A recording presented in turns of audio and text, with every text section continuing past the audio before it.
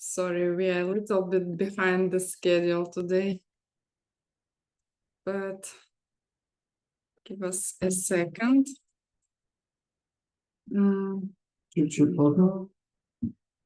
Yeah. Oh, okay. I'm looking for the second spotlight with we are actually.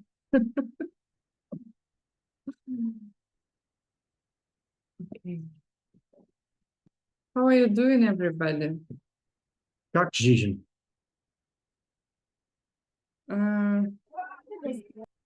Oh, somebody please watch the microphones.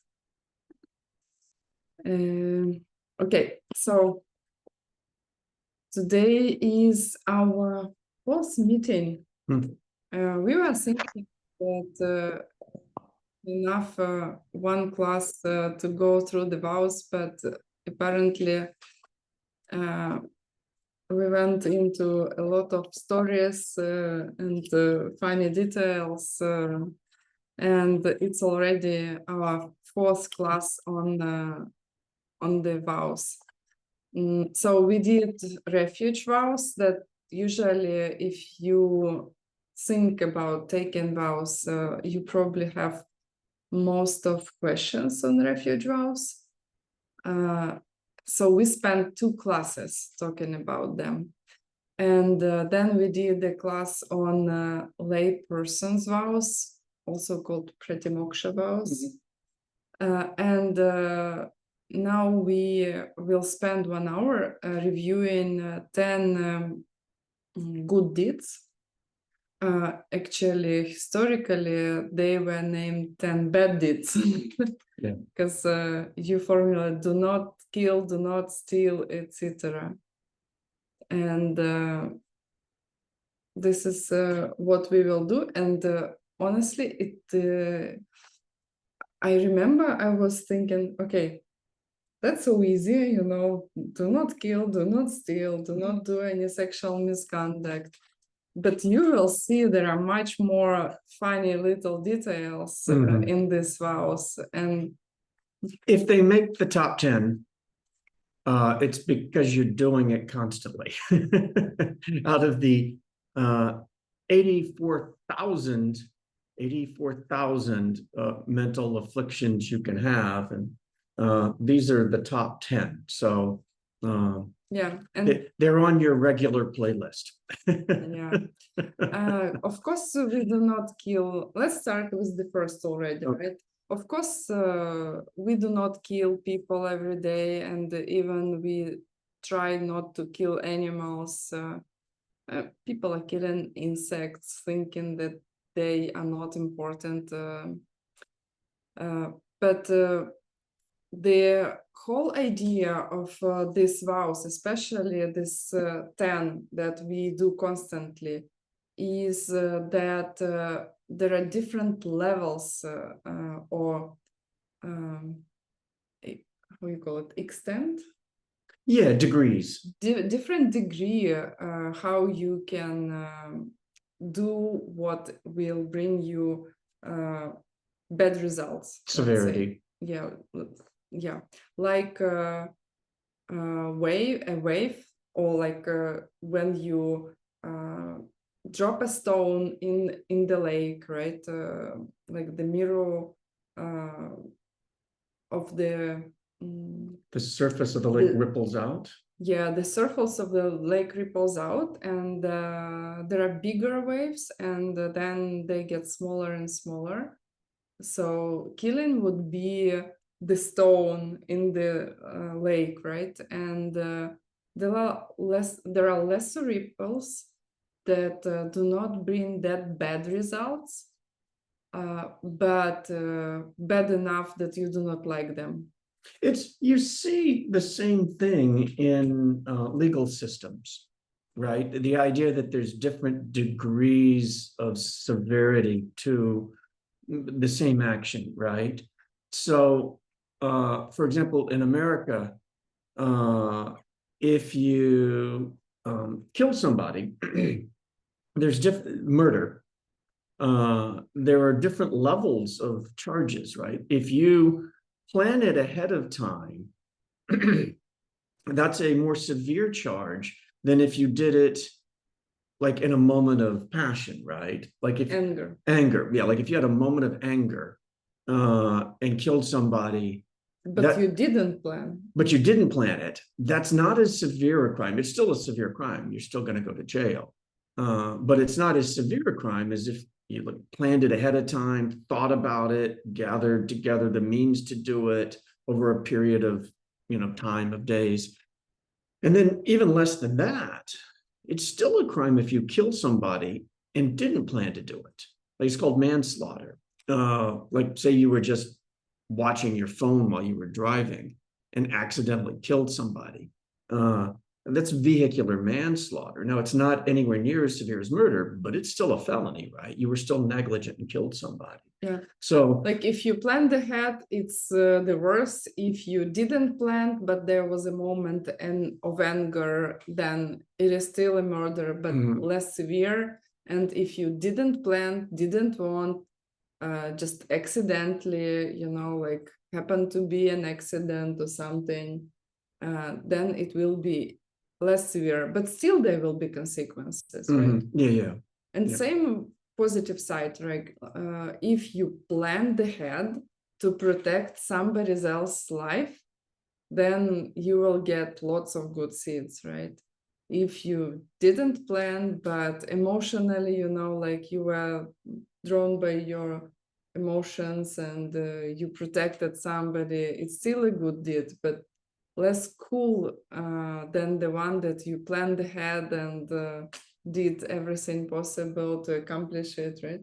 It's why taking vows are important, because it makes your good deeds stronger, right? It's the exact opposite of committing a murder that you planned ahead.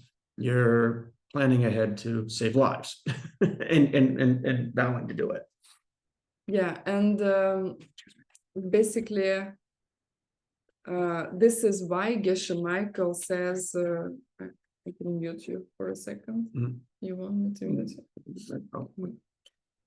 This is why Geshe Michael is saying that translating these books that he translates right now, if you are a simultaneous translator, or if you are translating, like his books that are ready, what we have just done with all kinds of karma, it is being printed right now. We are getting very cool videos of this huge printers printing these pages with the pictures. Like the publisher is a very cool guy. He's very, how to say, he knows how to behave with customers, because we get everything we want. We wanted videos. We have even from printing machines, videos. So, and this book, by the way, I recommend you, whether you can read it in English, in Russian, or in Ukrainian. Please buy this book, because most of karmic correlations you ever wonder are in this book, and it is 100% correct. Because people are asking, like, can I get a special book? I'm happy to pay a sponsorship price, but I want a special book. I want it to be signed by the author. And I say it is kind of impossible, because the author was Buddha Shakyamuni. He cannot really sign right now. Boy, I tell you what, if you can come up with a copy of the New Testament signed by Jesus, boy, that would be, you could retire.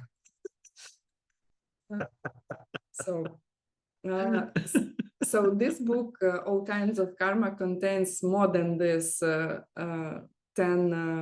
good deeds and their consequences, and they're all 100% correct. Because if somebody tells you that they know something about your karma, you can actually probably you will not trust this person, because the only one who can really see it is an enlightened being.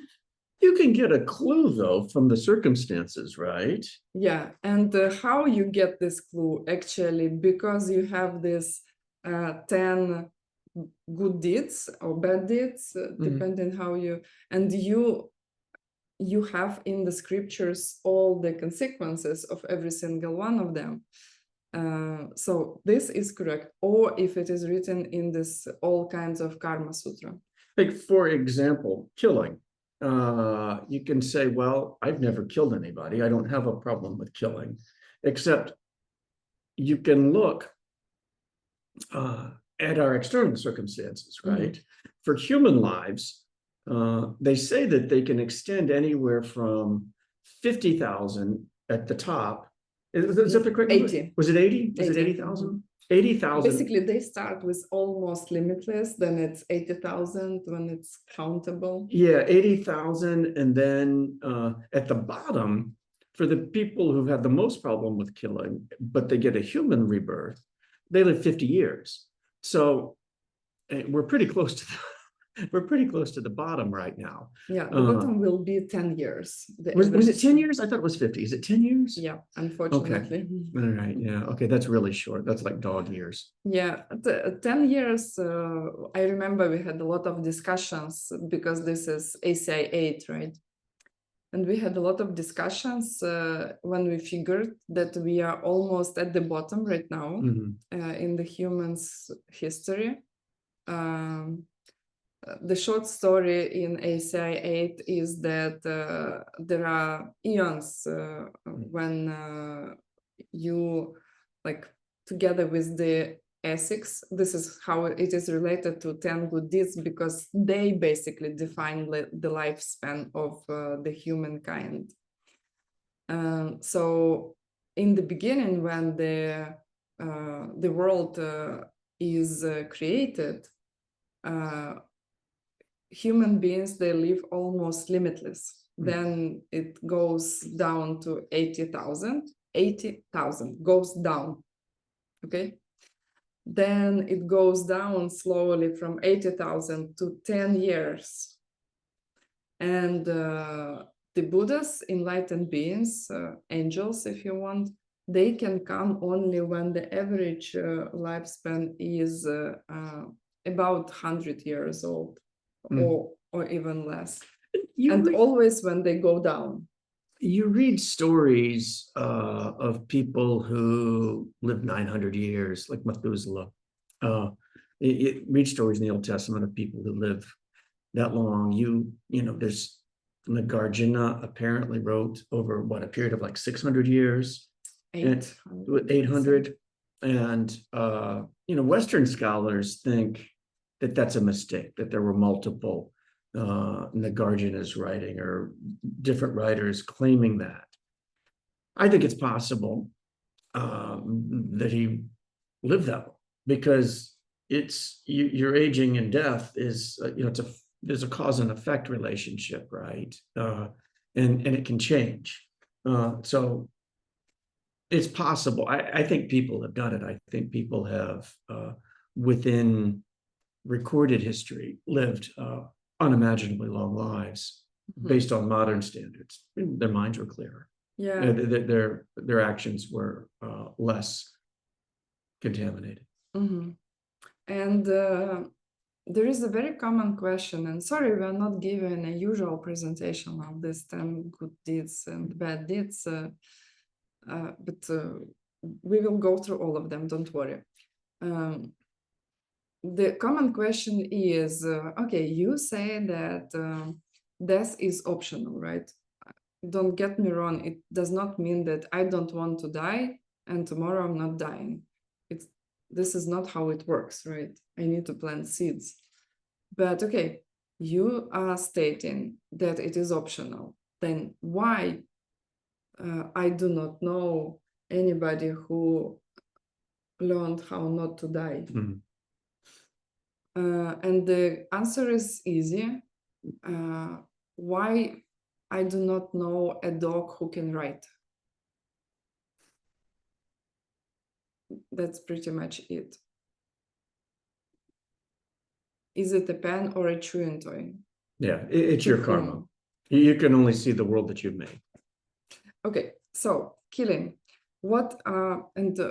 Always when you think about these 10 good deeds, first try to feel grateful that you have these ideas, because you can pretty much precisely know what you need to work on, depending on what's going on, what you see, what happens to you, and you have all the knowledge to correct it, right?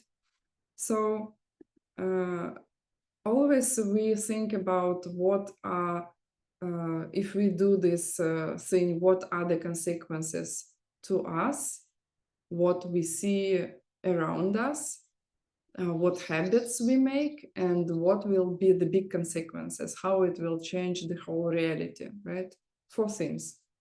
So if somebody kills a person, the consequences for this person who is killing will be that his lifespan will be short, and he will have problems with his they will have problems with their physical health,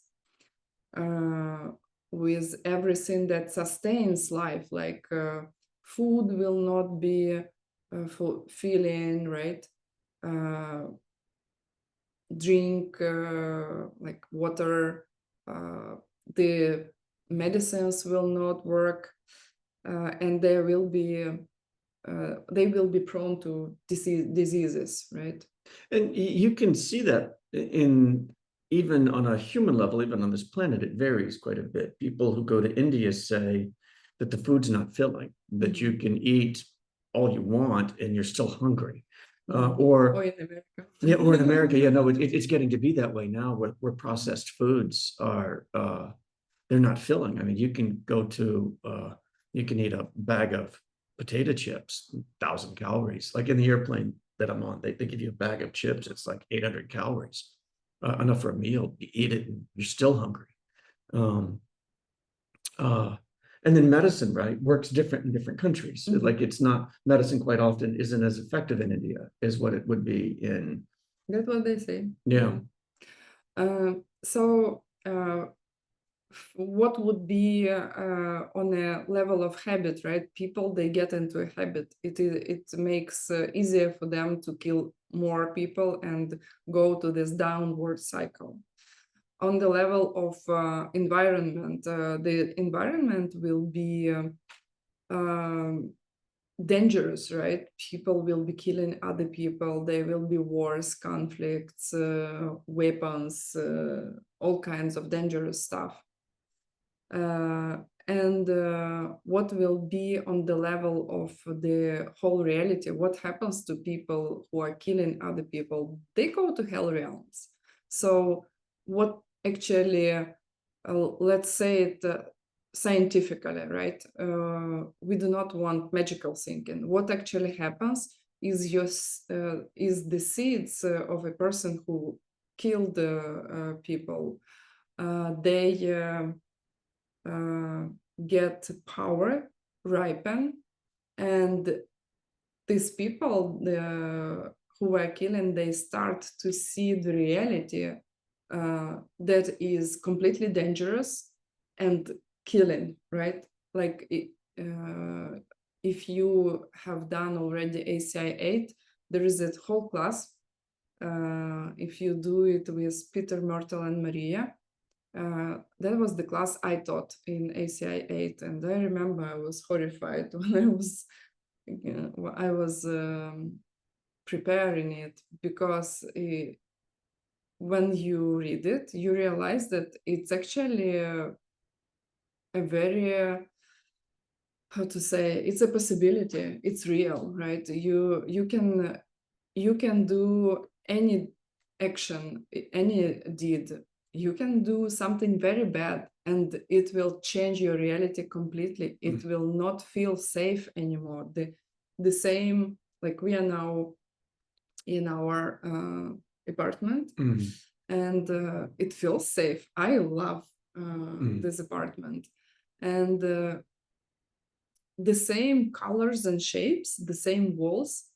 People who have karma that is that bad will be perceived as these hell realm rooms, right? When all the walls are burning and there's fire and you are getting burned, like, but you do not die, you know, like you cannot even die. So we can do good things and bad things, and our consequences out of our actions are can be infinitely good or bad. This is why you can go to hell realms if you kill people, and this is why you can get enlightened if you take care of people, on the other hand. And one of the things when you get to the advanced teachings, and it's no secret, you can look it up, you get a further set of vows, and there's a Vajrayogini practice that you get. And that practice works faster in a degenerate era. It's so like the worse it is, the faster that practice is. So the good news is that the conditions for getting enlightened are here. All the teachings are here, all the practices are here. And they're better than times when people live for 80 years, 80,000 years. Yeah. So because you are more motivated. Yeah. You can see more suffering, and you have the sense of urgency that those people, they don't have. And there's some deeper reasons too. So the good news is, well, the bad news is you're human here on this planet. The good news is it's the perfect conditions for getting out of samsara entirely. Yeah. So how you can respect this first vow and not to even come close to it? Do not try not to hurt in any shape or form other people. Like do not bring alcohol or cigarettes to other people. Do not provide them with drugs, you know, or anything that is toxic. Try to keep our planet's resources safe, right? Do not get angry because it is coming closer, right? Get angry, strike another person, kill another person, like get into a hatred, and then maybe I can do something. Also, do not kill insects, even at the very least you make efforts, right? Sometimes we do not know when we walk in the grass, and I even try not to walk, to be honest, in the grass anymore, because I know that there are small insects I will not see. She's very careful about not stepping on a living being. She never says a bug. He goes, "Oh, don't step on the living being." Also, something maybe more important, try not to use your phone when you are driving. And when you're crossing the street also, I'm seeing people that are crossing the street like this, you know, like, and I mean, try to get the sense of responsibility for other people and their life. And when you do, you may stop eating something harmful, like sweets, a lot of sweets, because also other people will copy you, right? And they will think, oh, she's doing it, it's okay, I also can do it. And then they gain weight and get metabolic syndrome or something. Diabetes. Bad. Yeah. Do yoga, feed animals, you know, water plants, what else? Do not waste water and energy. Turn off the light when you're not in the room. Make your wife go to the pool even though it's 9 o'clock at night. He did it to me yesterday. He made me go swimming. And I'm very grateful, because I would have a back pain today, definitely. Okay, that was and I think I'm very grateful for my teachers that made me learn to do an instant tonglen when I see a person who's suffering, like mostly you can see, you know, like handicapped people or people in tears, you know, like people that are obviously suffering. If you will get into a habit of doing an instant tongue, that's a great habit to do, because on a bigger scale, this is how we get enlightened. It's a, if you get into a habit of total constant tongue to this reality, you know, then this is a very good habit to get. This is how you get enlightened. You do a tongue to everybody everywhere. So killing is the first one. There's 10 of them. Mhm. That took us half an hour. Are you guys up for a 5-hour class? Let's go faster. To be honest, the first they are probably, I don't know. You do it with your body, right? Right. The first three Yeah, you they're do with physical. your body, physical. So the second physical is stealing. Stealing means that you take something that was not given to you. And then as a karmic consequence to yourself, what you get, you have problems with money. Geshe Michael says, do not chase me and ask how I can earn money. Stop stealing and be generous. That's it. Um, not enough resources, right? Stealing may be in different levels. You can really steal, but it's not about us, right? We can be stingy, greedy, and there is a slight difference. In Russian, we don't have this difference, but in English, stingy means I do not want to share, and greedy means I want more. So both of them are also kind of karma of stealing. Mm. And spending too much resources, like wasting resources, also contribute to the same kind of karma. You want to add anything? Anything? You're not big in stealing, my love, right? Yeah, I haven't. That's never. That was never his issue. This is why. Yeah, and I know we've talked about it in other classes. It also tends to come in ways that you wouldn't think, right? Like particularly work. Like you're supposed to be working, but you're getting paid to be at work, but you spend your time on your telephone, or it used to be you'd call somebody, right? Now you're just wasting time on Instagram or but you're getting paid to work, but you're not working, and so that way you're actually stealing. It doesn't look like it, right? Most of us are probably not going out and taking the purses from little old ladies and running away with it, but we do it in more subtle ways, and or you can steal somebody's time, right? You tell them you're going to be there at some place, and then That's my issue. yeah, and then you show up 10 minutes late, right? So it's a way of managing your time. So you make sure that you're not going to wait on the other person, but you make them wait on you, so you're wasting their time. It's like stealing their time. Yeah. So Avoid taxes, also same idea, right? So we actually do not give. This is the issue. We do not really want to give. And then in our mind, we plant the seeds of being short in something, because we don't want to let go of something that we have. I think something that in Ukraine we are big on is to not to respect other people boundaries. I mean, people can come to somebody else's house, maybe not that much anymore, but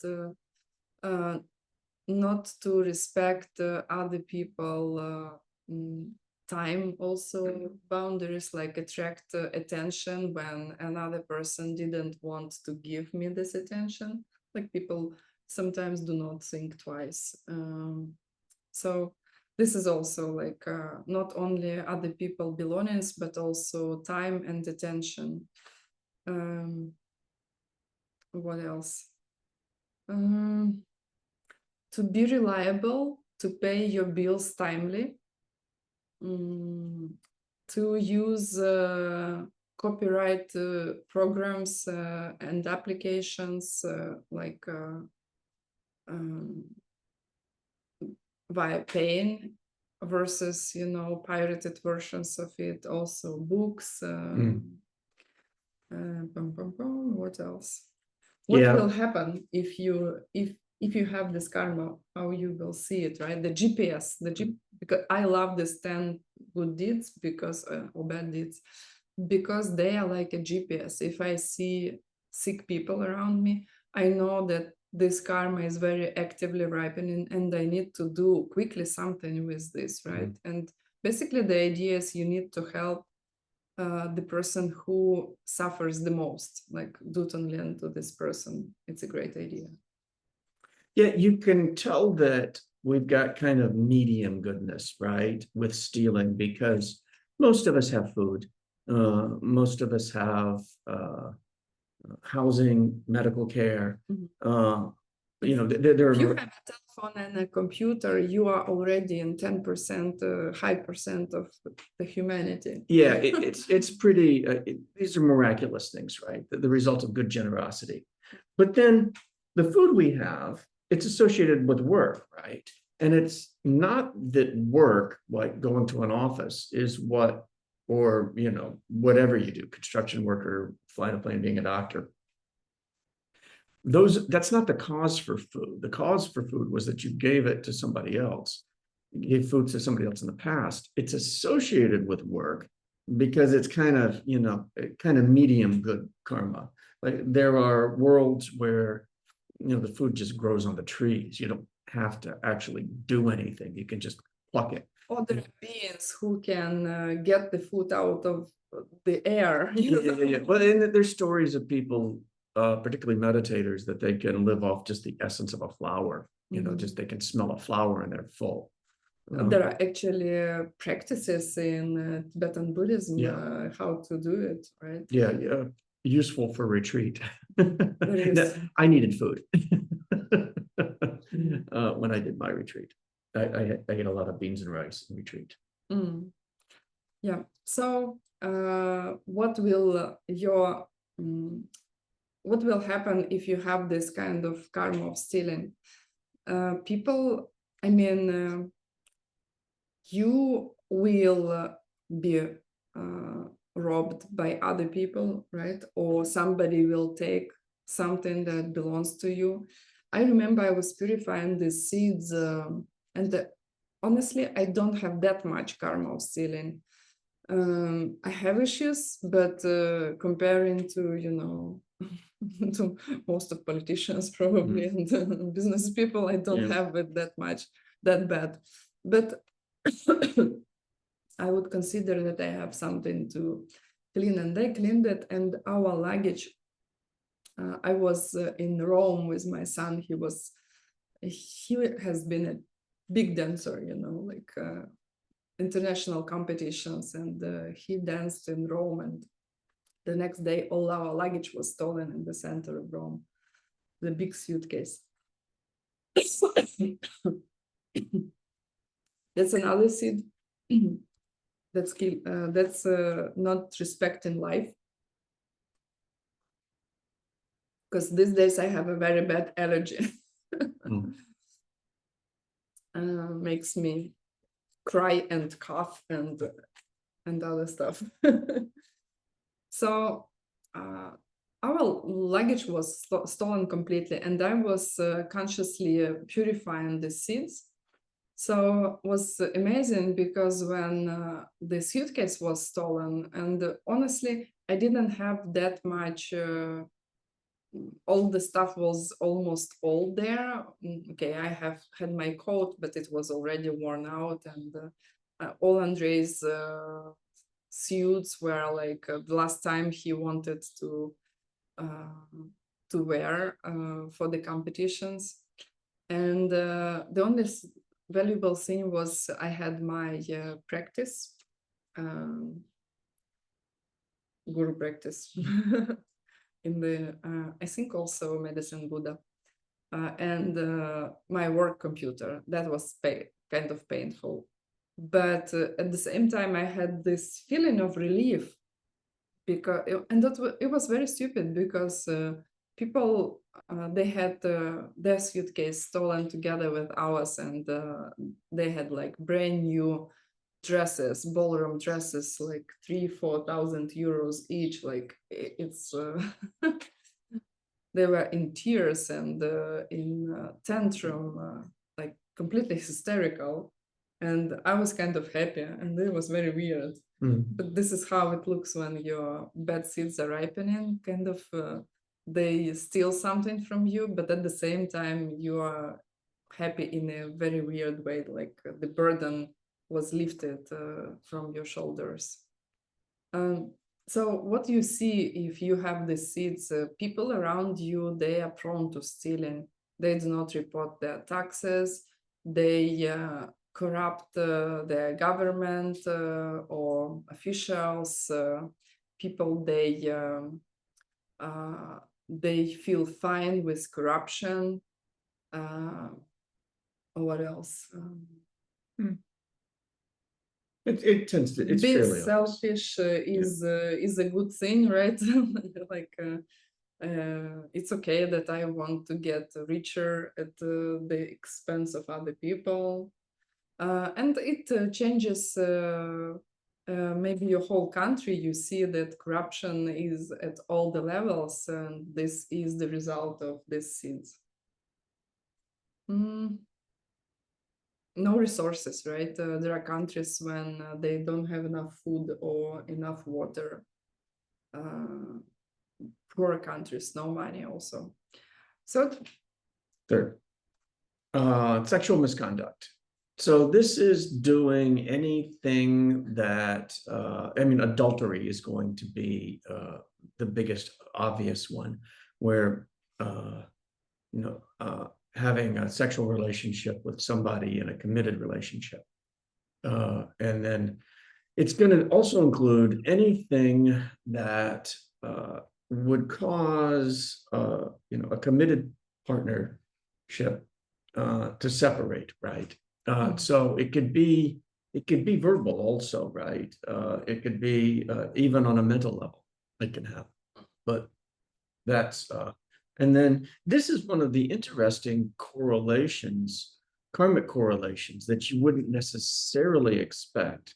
That if you conducted a lot of sexual misconduct, things around you will smell that. Like and you will see them as dirty. Yeah, dirty, right? It reminds me, there's a famous actress from the early 20th century in the United States named Mae West. And she had a quote she was famous for. She said, "Sex is only dirty if you do it right." And it was meant to be funny. But the idea that sex is dirty, it's in our culture. And so, but it's literal. And it's funny because when people complain about things smelling bad, like, oh, well, yeah, in our community, it's kind of a joke, right? Yeah, People, they tend to pretend they do not feel that something smells bad. It's like you're playing a game of cards and you just showed your hand. Yeah, you don't want to let people know things smell bad. Or that you are not satisfied because something is dirty, right? Because everybody, seeds of sexual misconduct. Yeah. That's funny. So how you, I think also we need to say that you can correct the seeds, right? Like how you improve your karma of killing. You try to help people to stay healthy, right? Different ways. How you improve your karma of stealing, you share what you have, maybe charity organizations. For me, the best charity organization is Schwensen Tower. I donate there every month, and Bill also does. Well, all the cash is sitting in my Venmo. It's going to get to them. Yeah, and I've got $1,000 sitting in Venmo. I need to transfer to them. Yeah, and Also, sexual misconduct, what you can do about it. First, you should be very careful with other people, and every time you do not know another person is committed or not, you should be more conservative, like think that they are, and then you will see. And it's actually easy. You talk to another woman or man, and you think that your partner is with you if you are committed, if you are married or you have committed relationship. So, and or if you are not, then pretend that another person is with their partner, and then you will not do anything wrong. Another thing that actually surprisingly can help you with this karma, if you know that you have it, because when these seeds will ripen of this, how to say, adultery hurts people so bad on a mental level, emotional level, that pain when the seeds ripen is almost is very difficult to tolerate. Like it is a big deal, probably the biggest pain, right? You can get like emotionally. Oh, lots of them. Yeah. My grandmother said losing her son was the hardest thing that she ever went through in her life. Maybe she didn't have the seeds. No. So how you can see that you have the seeds first. Okay, you may know that you did it, right? Then please clean it as fast as you can, because these seeds are crazy painful. Second is that your partner is cheating on you, right? You suspect, or you know, you see that you have to compete for your partner, right? Then these are all the indications that you should purify it. And you see in the United States, the divorce rate's 50%. Yeah. And so that's if that's what you see, like I do, then that's the result of prior sexual misconduct, right? Yeah. That partners can't stay together. If you did it, you get into a habit to flirt with other people, right? And you are more prone to do it again. Please be very careful with this. This is probably the most painful seed that can ripen emotionally. You know, and now that you mention it, yes, I do recall, like when psychologists look at the most painful events in a life, a divorce is up at the top of it. Yeah. Then what happens to other people? You can see other people that are cheating on other people. For me, it's always a very worrisome sign. To be honest, I do not see these people anymore. Yeah. I remember I would know like a lot of people around me who would have some kind of strange relationship, and like that is called everything is complicated, Yeah, it does not feel right and happy, right? No, it doesn't. And then it does change for the better. I'm surrounded by happy couples now. I mean, like people that, like my brothers and like people we know in the Dharma community. I mean, I never hear of any complaints.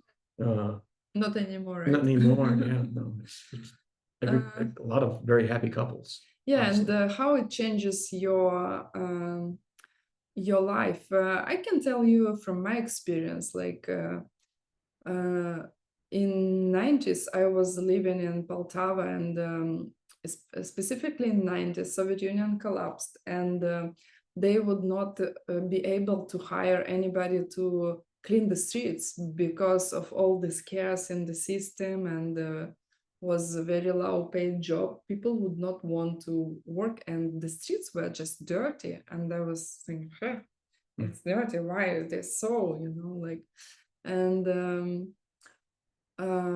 then I moved to Kiev. It was nicer. And then when I realized I need to purify these seeds, like the streets really got nicer, I realized that Kiev maybe is one of the cleanest cities in the Europe, in Europe.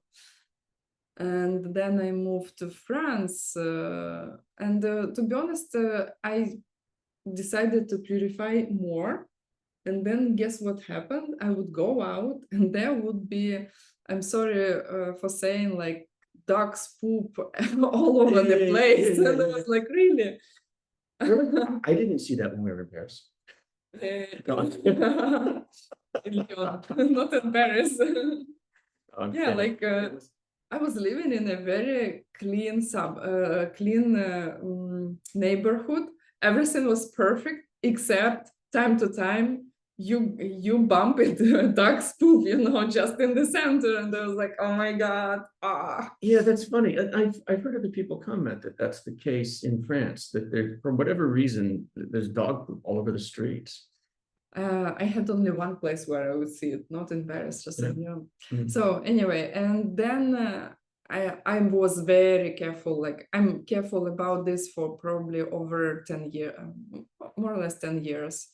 And here, like the neighborhood we live in is like, I don't know, probably it is still dangerous to lick the streets with your tongue, Yeah, I would. but close to it, like. Yeah. I understand why Bill, when he came to see me in Europe, he said, kind of a little bit crappy. I was like, what?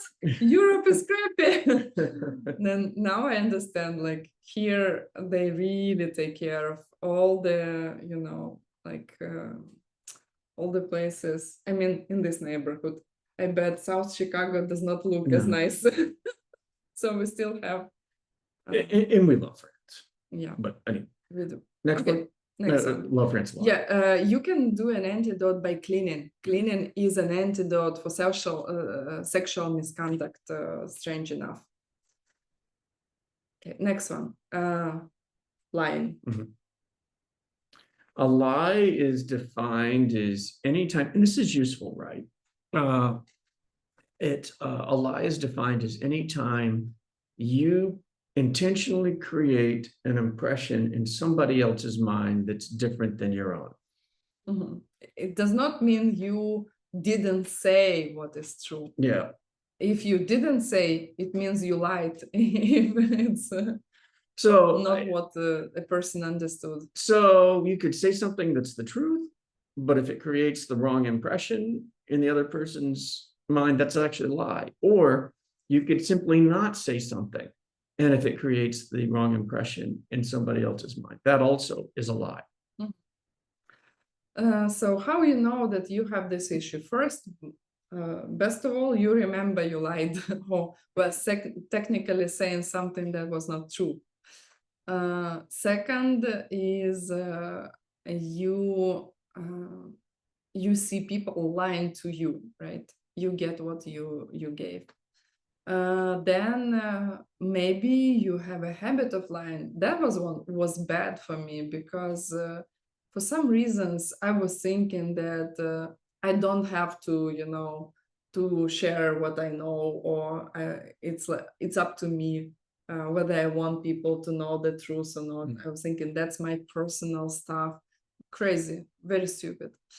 And I remember when I was taking my vows, I was thinking, oh my God, how can I stop myself from lying at work? Because they would give, I was working in a huge corporation, like big company, and this headquarters is not far from here. And they would demand a lot from people, and I would just not have enough time sometimes to do, but I would pretend I'm on it, because otherwise I would have more troubles from my management. And I was thinking, it's impossible not to lie. It is impossible. Like, not even exaggerate, not even pretend you did already what you are just ready to do now. So it is possible not to lie. And unfortunately, I had bad karma for lying. And how it happened in my world, I see now countries that are lying to their people, like whole propaganda infected countries. Which would now include the United States, which wasn't the case in the past. And to be honest, if I would see this coming 10 or more years ago, boy, I would probably find a way not to lie. I would definitely be more creative. And this is one of those things that if it's making the top 10 list, we must be doing it constantly, without even realizing it. How else you can see people do not trust you? That same exact idea, like I was lying in the past. Okay, from other people, you see people lying, right? To be honest, I don't see it that much, but I still see this thing like related to the whole countries where there is a huge propaganda system, like on the level of reality, I still see it. So this is what will happen. So clean the seats, and I dedicate today's class to purify the leftovers of the seeds, because I don't want to lie and I do not want to see people lying around me. And particularly important if you're going to go on and teach these things, that your words need to have power, and lying takes the power out of your speech. And the other side is, if you're very honest, your speech will be powerful. It means everything you will say will come true. No. Cool? Yeah. Do you want it? Then never lie. And I know I've mentioned this before.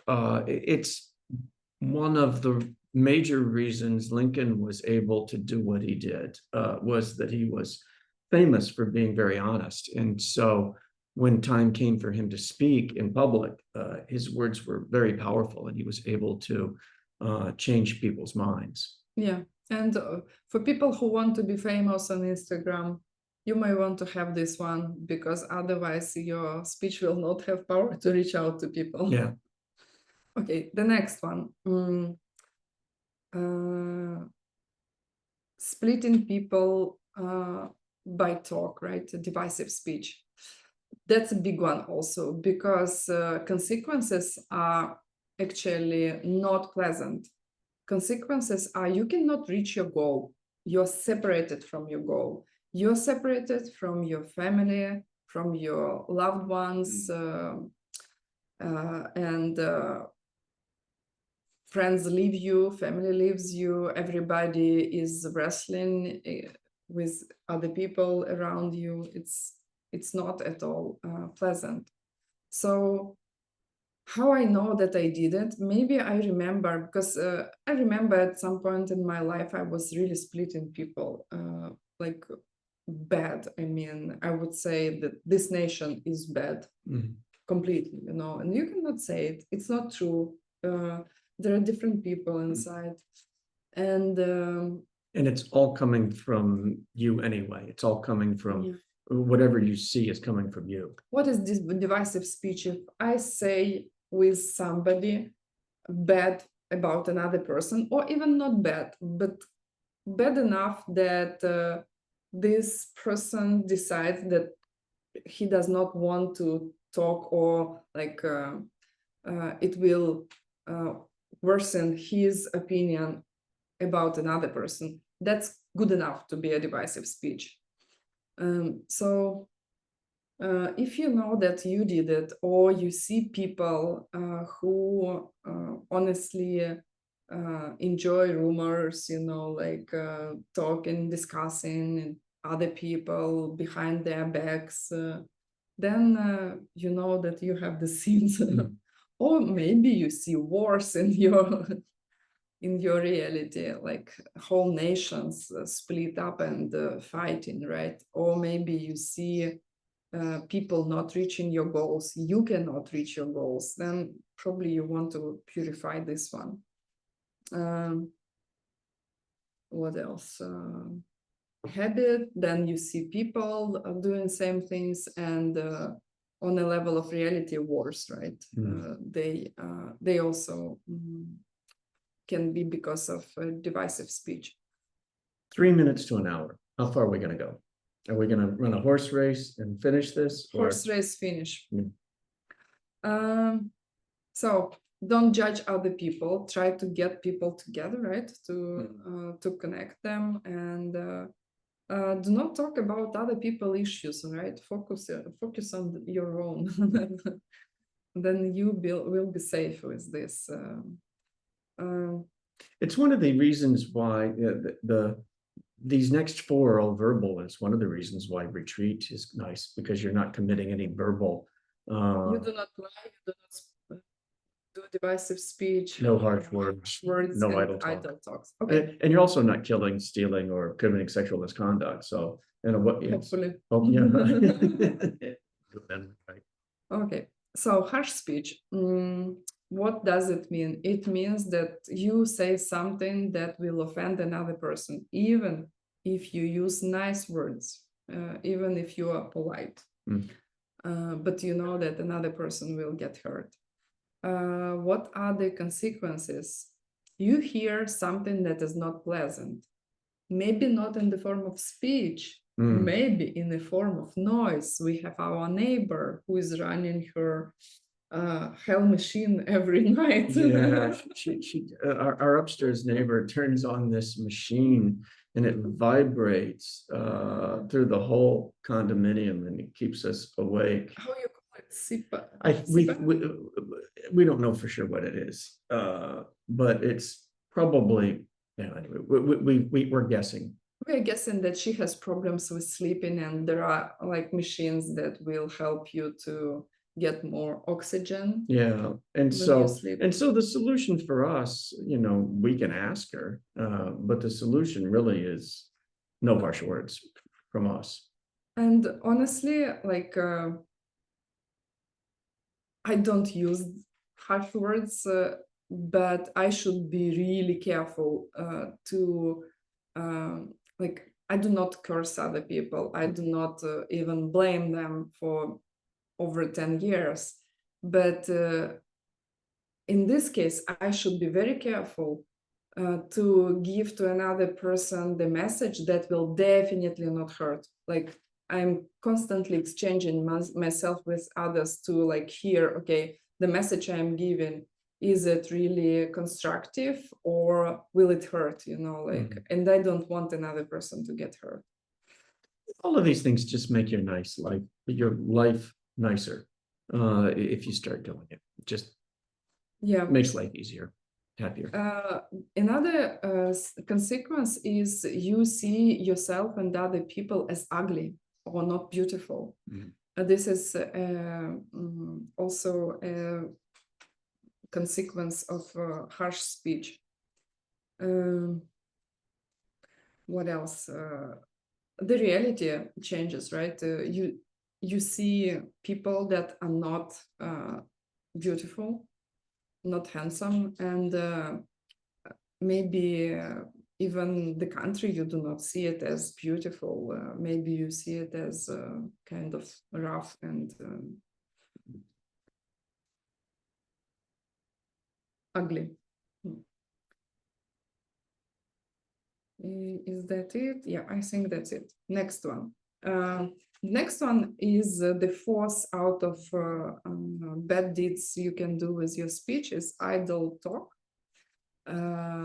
And this is a funny one, because in the beginning of your past, this is like a minor one. But the further you go, then it becomes the most important one.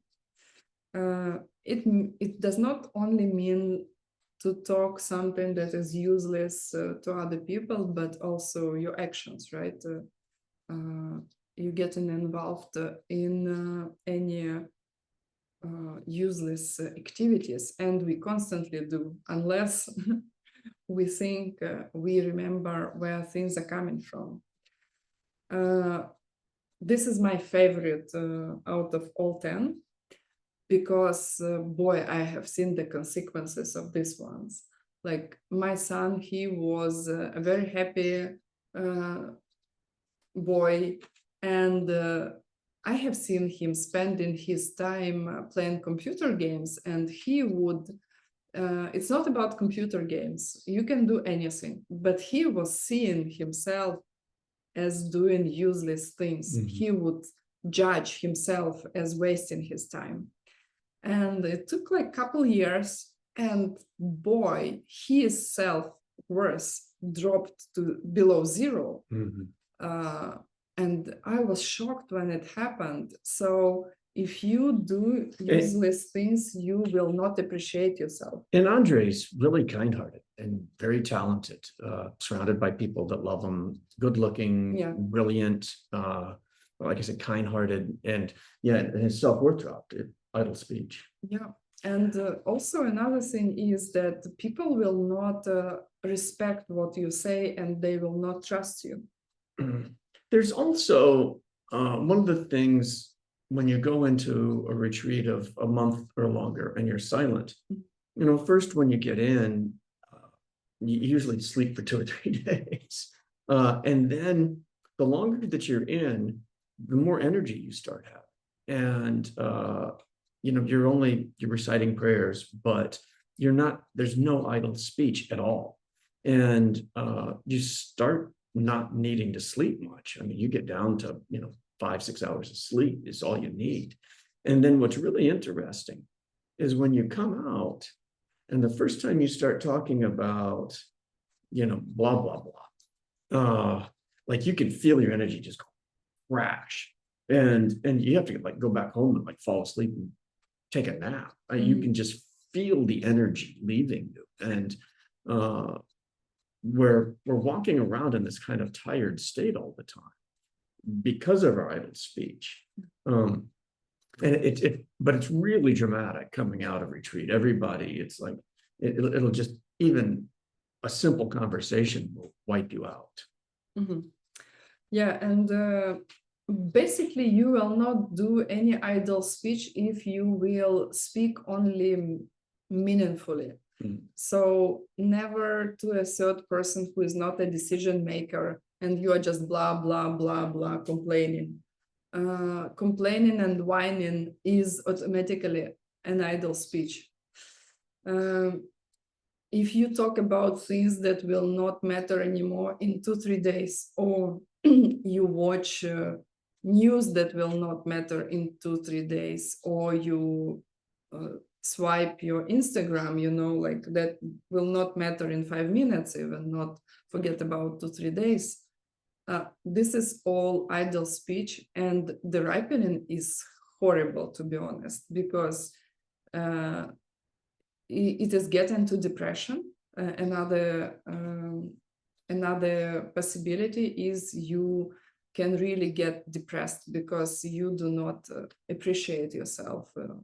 Self-value is equal to 0. On to the next. Yeah. Next, if you talk about rumors and well-known people, also same. Okay, 3 left, and they are quite easy ones. This is something that we constantly do in our mind. By easy, you mean easy to do? Easy to do. And easy to understand. Yeah. Jealousy, right? And jealousy is one word in English. In Russian, we have 2 different words for it. One word is when we want something that another person has. And another thing is that we do not want our partner to have a different partner. It's same word. I think the definition of jealousy is one of those really foundational ideas in all of these teachings that's very helpful. Jealousy is being unhappy when somebody else gets something good. Yeah. And even when you just understand that, even just understanding that definition helps you identify it in your own mind. And it's going through, if you're human, it's going through your mind constantly. So how you know that you have this issue? First, you remember being unhappy when somebody gets what you wanted. And second is that you do not feel any satisfaction. You remember Mike Jagger? I can't get no satisfaction. Yeah. He definitely knew this, and he was probably guilty in this one. Yeah. So you're constantly unhappy, right?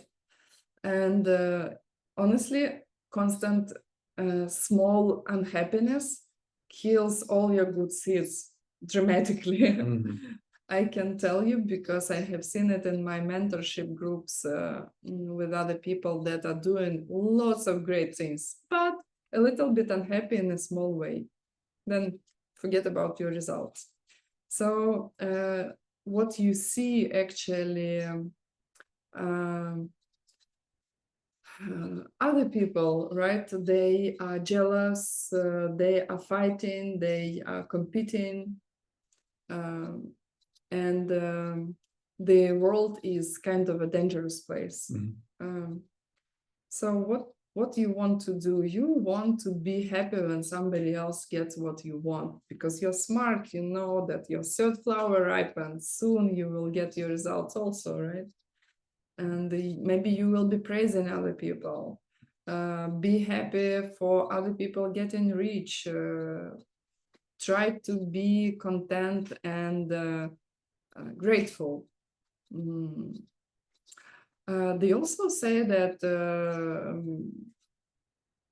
being conscious of the fact that everybody will die is an antidote to this one. Because we tend to be compassionate if we realize this fact, and we can be happy for other people. Anything else? Mm. Let's go. So Anger. ill will. Ill will, anger. Similar to jealousy, they're more alike than what you would think. Anger is being glad, being happy when something negative happens to somebody else. It's super common, right? Misery loves company. Somebody did something bad to you, then something bad happens, and did it happen to you? And you say, karma. That's it. Number 9. So what are the consequences if you were happy when something bad happened, even to a bad person, right? Then the consequences will be you will not get any help, which is a dramatic one, right? You other people hurt you, you hurt them, and this is like a non-stop cycle, never-ending cycle. You see yourself as being a victim. So is there anything common how I can do this one? Yeah, criticize other people. Even in my mind, I'm constantly committing this one. The antidote is to feel compassion and to help other people. Do not say that, okay, that's your bad karma. Because actually you are committing this ill will, bad deed. Don't be proud that you're better than other people. This is why bad things happen to them. And do not judge other people. You do not know what they are going through. Do not compare yourself to other people also. Something that we can do almost instantly because we live this times of the generation. We can watch news or like Instagram, Twitter, Facebook, and we get this seek attention to bad things happening to other people, like bad news, and then indulging in this bad news, like reality show, etc. How your reality changes, it becomes really a dangerous place when people, they are like wolves to each other, right? They do not help each other. They tend to chase other people.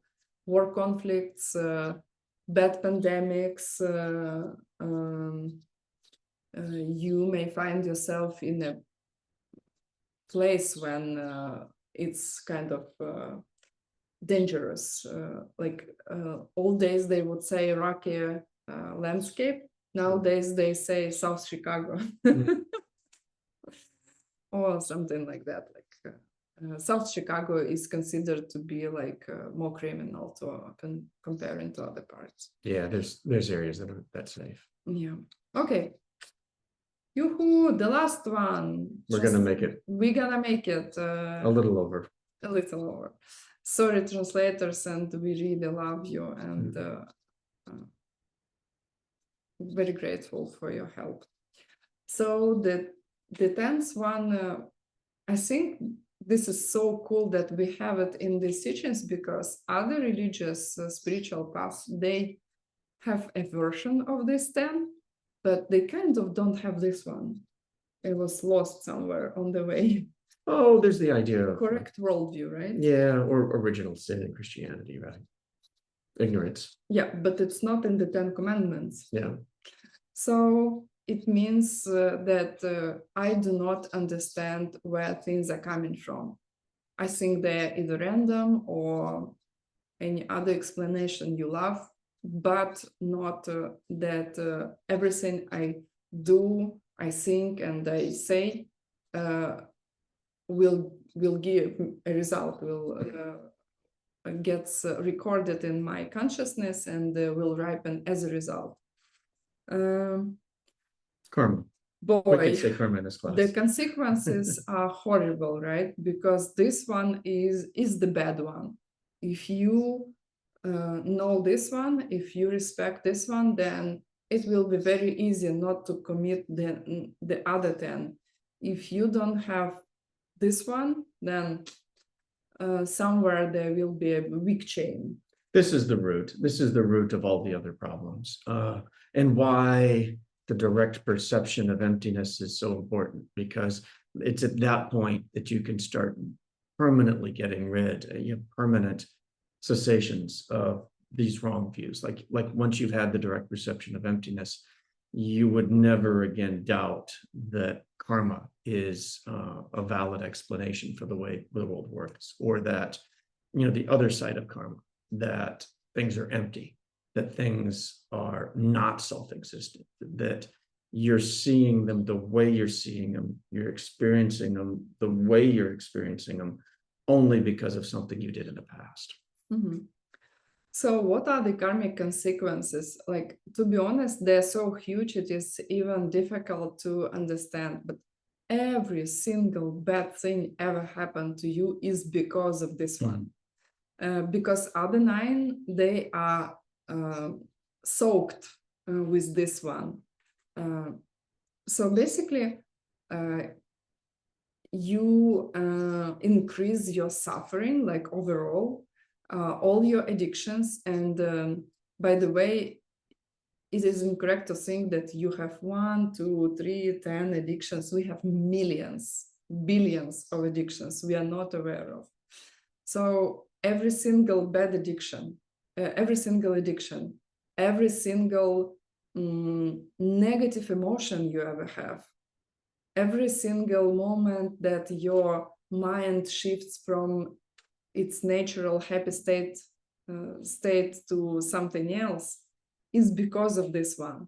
Yeah, that's a hard one for me to really appreciate, is that anytime your mind is disturbed, that's coming out of a mental affliction. It's coming out. It is always related to addictions. To ignorance, right? Yeah. Anytime your mind's disturbed.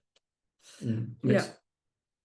So the consequences that you can also trace is every time you misunderstand something, it is the seed is a misunderstanding of the nature of reality, that it is empty and nothing should be the way it is. Everything comes from my past deeds.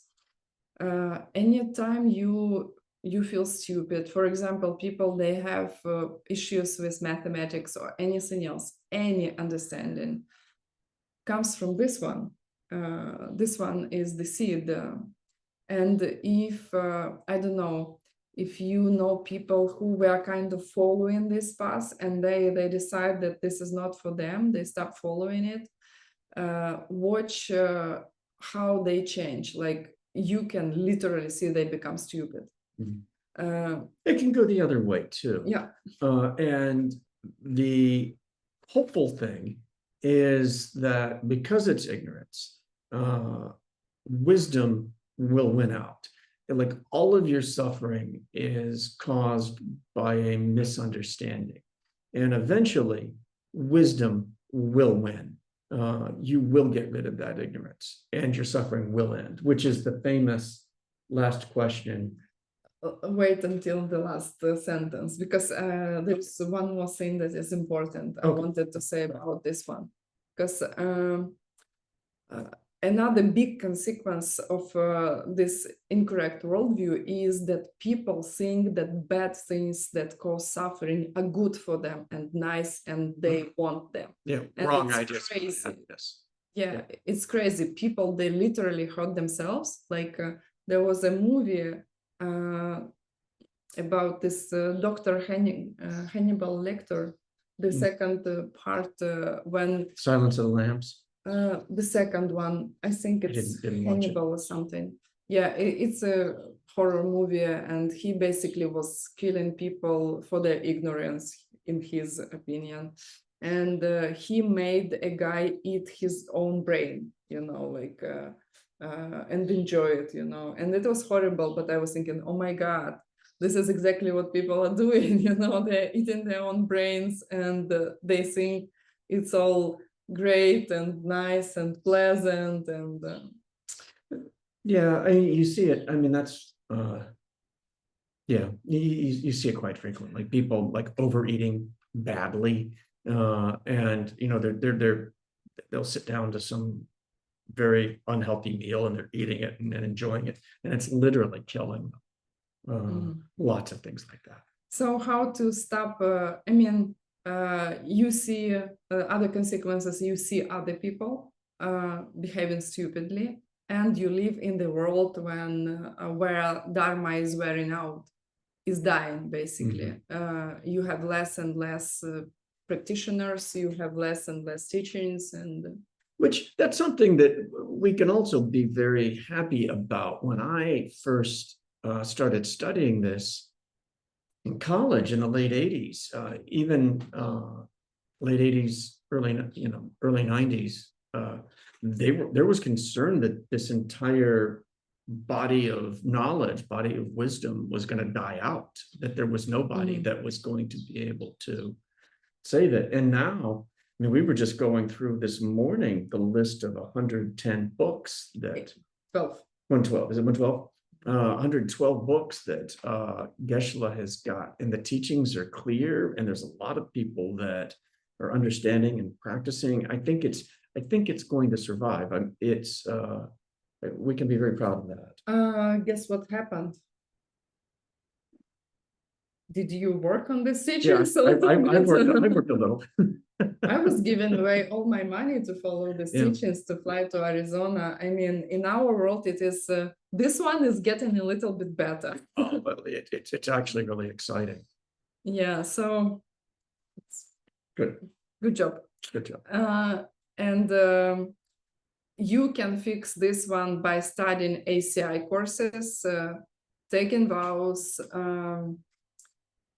studying emptiness, reading Geshe Michael's books, following his classes, his Schwanzen Tower classes. This is what he said is the best antidote and the best thing to do if you want to see emptiness directly. Follow his mixed nuts classes.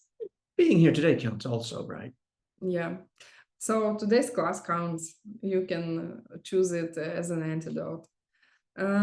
So that's it. If famous you last are question. Wise, and wise means that you understand where the reality comes from, right? And then you can keep the rest of these 10 good deeds. And the famous last question when you're getting your Geshe degree is, make sure I get this exactly right, your memory's better than mine, but is there an end to suffer? And then the answer is, the truth is more powerful than a lie. Yeah, the truth is more powerful than. And so all of this, all of our suffering comes from ignorance and a misunderstanding. It's a mistake. It's not inevitable. It's a mistake. And because of that's the case, we can change it. So. Yeah. Okay. Thank you very much, everybody. Большое спасибо. Next week, we will do a questions and answers session on ACI 2. I think it will be very cool. One of the best courses ever. And in 2 weeks, same time, we will do a public talk about benefits of meditation. And it will be for the first time, Bill will be teaching about meditation. He will not be flying. I hope so. You don't fly. The 2nd of June, I looked it up already. Okay. So, and because we have some very cool plans. Number 1 is we will teach ACI 3 as it was taught by Geshe Michael with a live 3-year retreatant. Hopefully I'll still be alive. All stars starring. And because we also started to think about a course about meditation, like ACI 3 is great, gives all the lists, but people usually need also like a little instructions. more instruction, more detailed instruction to help you go through each of the levels in a practical in the outside world. So this one is planned, but it will be planned as a commercial project. And meditation is really, it's extraordinary. It's one of the bigger clues that they know what they're talking about, because it's something special.